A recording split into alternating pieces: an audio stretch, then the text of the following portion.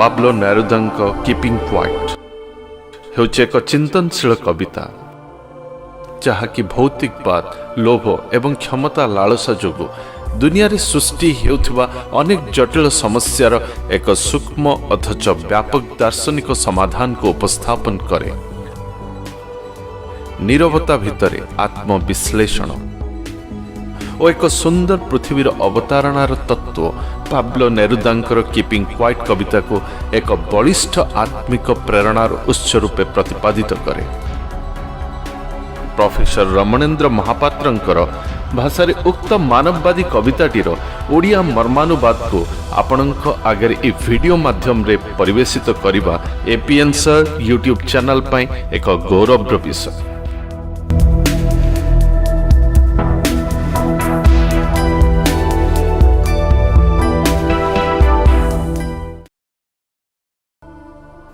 Keeping quite, ଚୁପ୍ ରହିବା। ମୂଳ ରଚନା ପାବ୍ଲୋ ନେରୁଦା। ଭାଷାନ୍ତର ବା ମର୍ମାନୁବାଦ ପ୍ରଫେସର ରମଣେନ୍ଦ୍ର ମହାପାତ୍ର।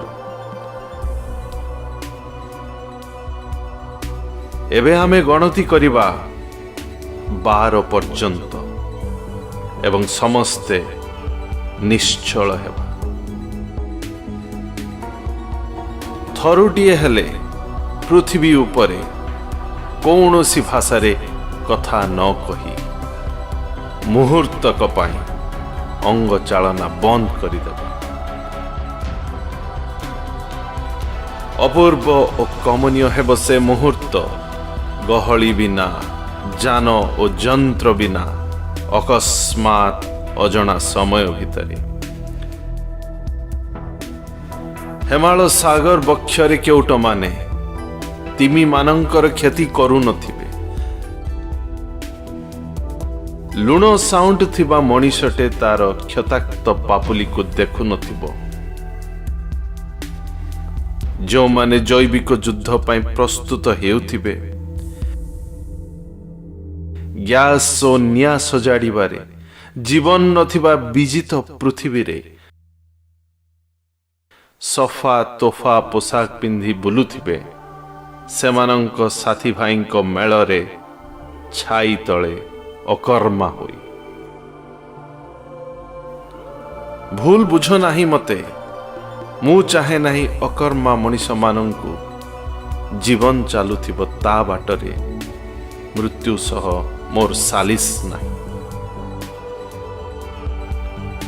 ଯଦି ଏକନିଷ୍ଠ ଭାବେ ଆମେ ଜୀବନ ଚଳେଇବାରେ ବିଚଳିତ ନ ହୋଇ ଥରେ ମାତ୍ର କିଛି ନ କରିବାରେ ବ୍ରତୀ ହେବା, ତେବେ ହୁଏତ ଏକ ବିସ୍ତୃତ ନୀରବତା ବିଚ୍ଛିନ୍ନ କରିବ ନିଜକୁ ନ ବୁଝିପାରିବାର ଦୁଃଖମାନଙ୍କୁ ଓ ମୃତ୍ୟୁ ଭୟର ଧମକକୁ। ତେବେ ହୁଏତ ପୃଥିବୀ ବୁଝେଇ ଦେବ, ଯେତେବେଳେ ସବୁ ମୃଦ୍ବତ୍ ଲାଗେ ସେତେବେଳେ ନବଜୀବନର ଉନ୍ମେଷ ଚାଲିଥାଏ।